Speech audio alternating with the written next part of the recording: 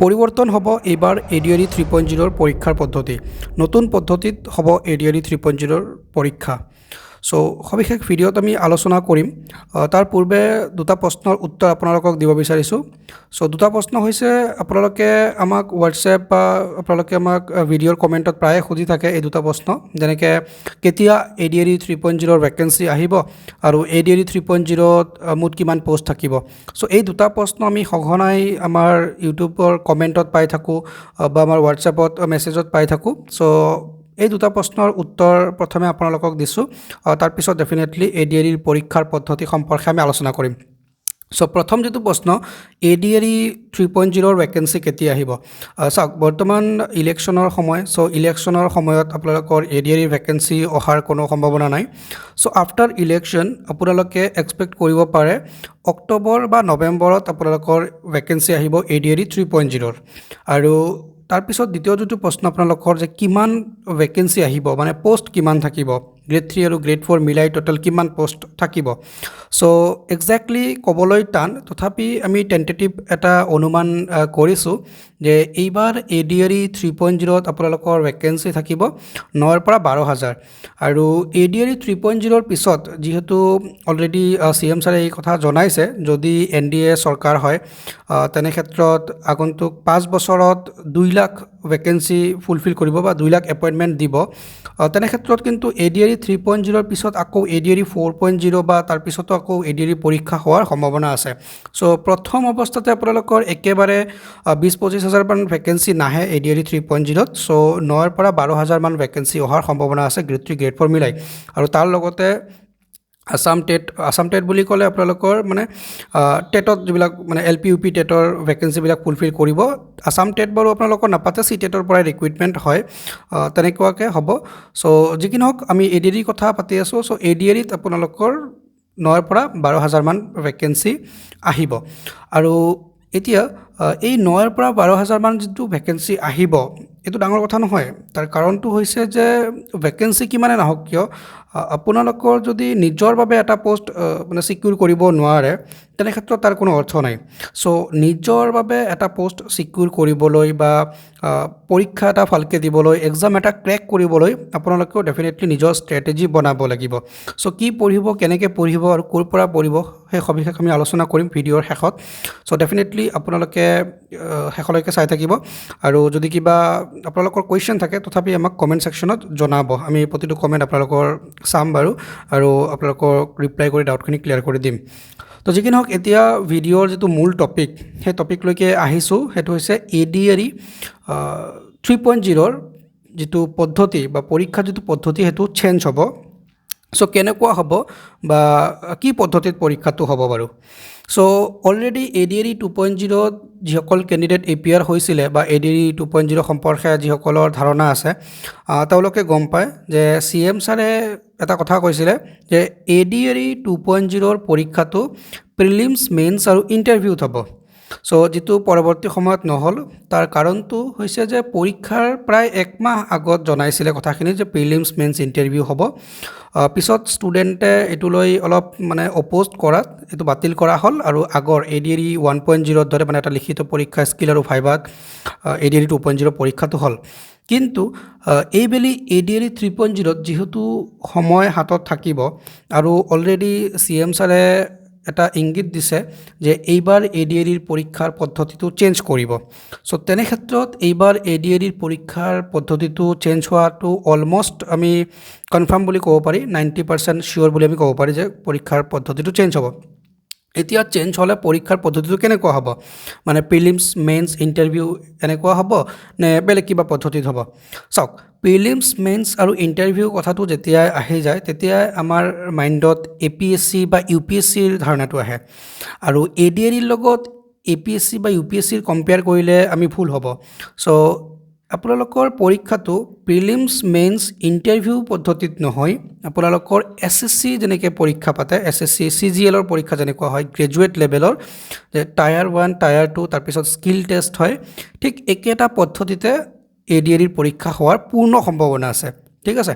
So এতিয়া বহুতে এনেকুৱাও প্ৰেডিক্ট কৰে বা বহুতে এনেকুৱাও কয় যে এডিআৰই যেটো গ্ৰেড 4 লেভেলৰ পৰীক্ষা সেইটো টায়াৰ 1 টায়াৰ 2 নহ'ব, কেৱল গ্ৰেড 3 পৰীক্ষাটো টায়াৰ 1 টায়াৰ 2 হ'ব। হয় বাৰু, কথাটো তেওঁলোকৰ আমি মানিব পাৰি, অলপ যুক্তি আছে, নাথাকা নহয় এনেকৈ। চ' কিন্তু এতিয়া কথাটো চাওক আপোনালোকৰ,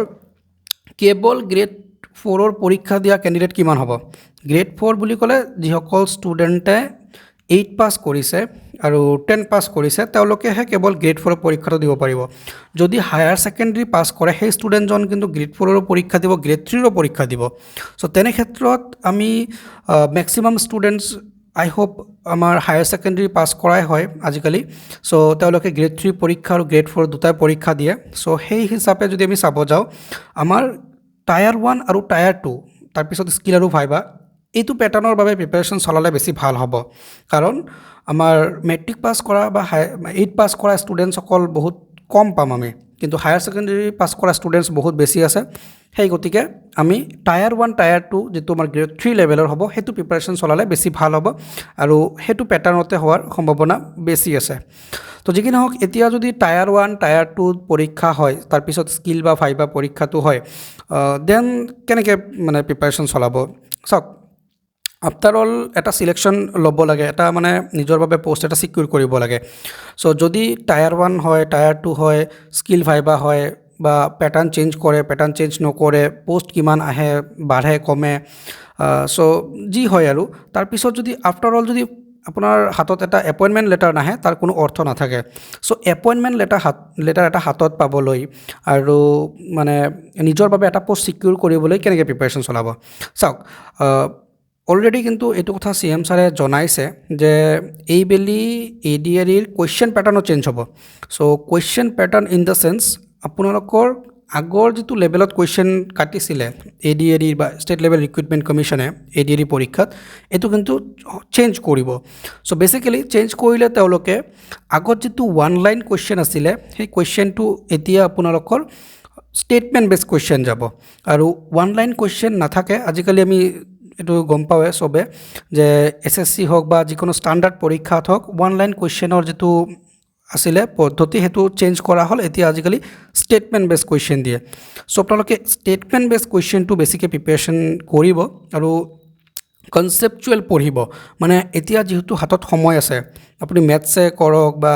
আপুনি জেনেৰেল ষ্টাডিছে প্ৰিপাৰেশ্যন কৰক বা ৰিজনিঙে পঢ়ক বা ইংলিছে পঢ়ক, আপুনি কনচেপচুৱেল ক্লিয়াৰিটিৰ ওপৰত গুৰুত্ব দিব। মানে আপুনি জাষ্ট এনেকুৱা নহয় যে 1 লাইন কুৱেশ্যন 1000-1500 মান প্ৰিপাৰেশ্যন কৰিছে আৰু তাৰ পৰা কুৱেশ্যন কমন পৰিব বুলি ভাবে, এনেকুৱা কেতিয়াও নাভাবিব। আপুনি কনচেপচুৱেল ক্লিয়াৰিটিৰ ওপৰত গুৰুত্ব দিয়ক, আপুনি কনচেপ্ট ক্লিয়াৰ কৰক, আপুনি মানে এটা টপিকৰ ডেপ্থত গৈ পঢ়ক, তেতিয়াহে কুৱেশ্যন কমন পাব। আৰু এটা টপিকৰ ডেপ্থত পঢ়িবলৈ হ'লে ডেফিনেটলি আপুনি ভাল ষ্টাণ্ডাৰ্ড বুক ফ'ল' কৰিব লাগিব। চ' বুকৰ বিষয়ে মই বেলেগ এটা ভিডিঅ'ত মই ডিছকাছ কৰি দিম বাৰু, যে আপোনালোকে কি কি কিতাপ পঢ়িব, কি কি কিতাপ মানে ফ'ল' কৰিলে ভাল হয়, সেইটো বেলেগ এটা ভিডিঅ'ত মই ডিছকাছ কৰিম বাৰু। চ' এইটো ভিডিঅ'ত জাষ্ট আপোনালোকক মানে পদ্ধতিটো জনাইছোঁ যে আপোনালোকে কেৱল কনচেপচুৱেল ক্লিয়াৰিটিৰ ওপৰত গুৰুত্ব দিয়ক। আৰু যদি ডেডিকেটেড প্ৰিপাৰেশ্যন চলাম বুলি ভাবিছে যে ছাৰ আমি ডেডিকেটেড প্ৰিপাৰেশ্যন চলাম, ADRE 3.0ত আমাৰ এটা পষ্ট চিকিউৰ কৰিবই লাগিব, এটা চাকৰি আমাক লাগে, তেনে ক্ষেত্ৰত ডেডিকেটেড প্ৰিপাৰেশ্যন চলাবলৈ আপোনালোকে ক্লাছপিক্স একাডেমীত জইন কৰিব পাৰে। আমাৰ এপ ইনষ্টল কৰি ল'ব, যিটো গুগল প্লে' ষ্ট'ৰত এভেইলেবল হয়, লিংক ডেছক্ৰিপশ্যনত আছে। এপটো ইনষ্টল কৰি লৈ এটা বেটছ আছে, তাতে বেটছটো জইন কৰি ল'ব। চ' একচুৱেলি বেটছৰ ফিটো বহুত বেছি আমাৰ, কিন্তু অফাৰ প্ৰাইজত এতিয়া 699 ৰুপিজ চলি আছে। চ' সেইটো অফাৰ প্ৰাইজত জইন হৈ ল'ব আৰু খুব ধুনীয়াকৈ প্ৰিপাৰেশ্যন চলাব। তো যি কি নহওক, ভিডিঅ'ৰ কনক্লুজনত মই এইটোৱে কৈছোঁ আপোনালোকক যে ADRE যিটো পৰীক্ষাৰ পদ্ধতি সেইটো চেঞ্জ হোৱাৰ পূৰ্ণ সম্ভাৱনা আছে। Tyre 1 tyre 2 skill and viva পদ্ধতিত হ'ব পাৰে, most probably 90% আপোনালোকৰ চিয়'ৰ, 95% চিয়'ৰ তেনেকুৱাই হ'ব। দেন আপোনালোকৰ ADRE ভেকেঞ্চি অহাৰ সম্ভাৱনা আছে অক্টোবৰ-নৱেম্বৰত, আৰু পষ্ট আপোনালোকৰ 9ৰ পৰা 12,000 মানৰ ভিতৰত এটা পষ্ট থাকিব ADRE 3.0ৰ কাৰণে। চ' ভালকৈ প্ৰিপাৰেশ্যন কৰক আৰু ৰেডি থাকক, যেতিয়াই পৰীক্ষা পাতে তেতিয়াই যাতে আপোনালোকে পাৰফৰ্ম কৰিব পাৰে। চ' ভিডিঅ'টো ইমানতে সামৰিছোঁ, অলপ দীঘলীয়া হৈ গ'ল বাৰু, ধৈৰ্য সহকাৰে চাই থকাৰ বাবে ধন্যবাদ। নেক্সট ভিডিঅ'ত আমি আপোনালোকৰ কিবা ইম্পৰ্টেণ্ট টপিক লৈ ডিছকাশ্যন কৰিম। চ' নেক্সট আপোনালোকে কি জানিব বিচাৰিছে সেইটো কমেণ্ট ছেকশ্যনত জনাব, সেইটো টপিক ডিছকাছ কৰা যাব। চ' এইটো ভিডিঅ' ইমানতে সামৰিছোঁ। থেংকছ ফৰ ৱাচিং Classpix academy. See you in the next video'. Bye bye, take care.